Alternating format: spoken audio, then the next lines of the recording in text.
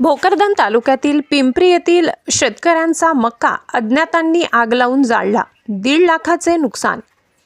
जालना जिल्ह्यातील भोकरदन तालुक्यातील पिंपरी येथील गट क्रमांक 23 मध्ये दादाराव आंभोरे यांनी शेतात सोंगून ठेवलेल्या मक्याच्या गंजीला कोणीतरी अज्ञाताने खोडसाळपणे आग लावल्याने शेतातील 100 क्विंटल मका व त्याचा कडबा 1.5 लाख रुपयांचा मका जळून खाक झाल्याची घटना दिनांक 28 रोजी मध्यरात्री 1:30 दरम्यान घडली.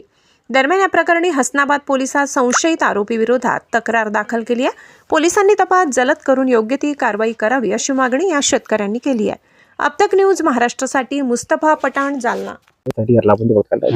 काय सांगताल या ठिकाणी या शेतकऱ्याचं अंदाजे 2 लाख रुपयाचं नुकसान झालंय, काय वाटतं? शेतकऱ्यांना पहिली गोष्ट तर कोणी वाली राहिला नाही.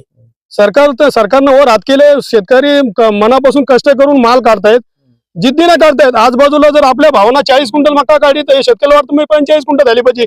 दुकानदाराचा विचार करत नाही. शेतकरी दुकानदार जातो, जास्त दराची औषधं आणतो, जास्त दराची खतं आणतो आणि जिद्दीने काम करतो. पण ज्यावेळेस अशी घटना झाली की शेतकरी कुठे कंबड मोडतोय काय अशी भावना तयार झाली आहे. कारण की बघा तुम्ही, एक धांडा जर जिवंत ठेवण्यासाठी लावल्यापासून तर 6 महिने त्या धांड्याकडे जसं मुलाला बाळाला शेतकरी जीव लावतो त्या प्रकारे या शेतीला जीव लावतो. पण जर असं एक खट्टी जमा करून टाकली मका आणि कोणीतरी रातचं एक येतं आणि याला चेतून देतं, अरे बाबा देव तरी तुम्हाला माफ करेल का?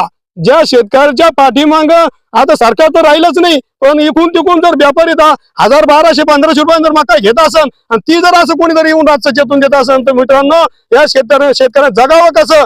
कारण की मुलं बाळा ज्यावेळी शिक्षणासाठी शाळेत जातात तर शिक्षक म्हणतो की बाबा तुमची फी कधी भरणार आहात.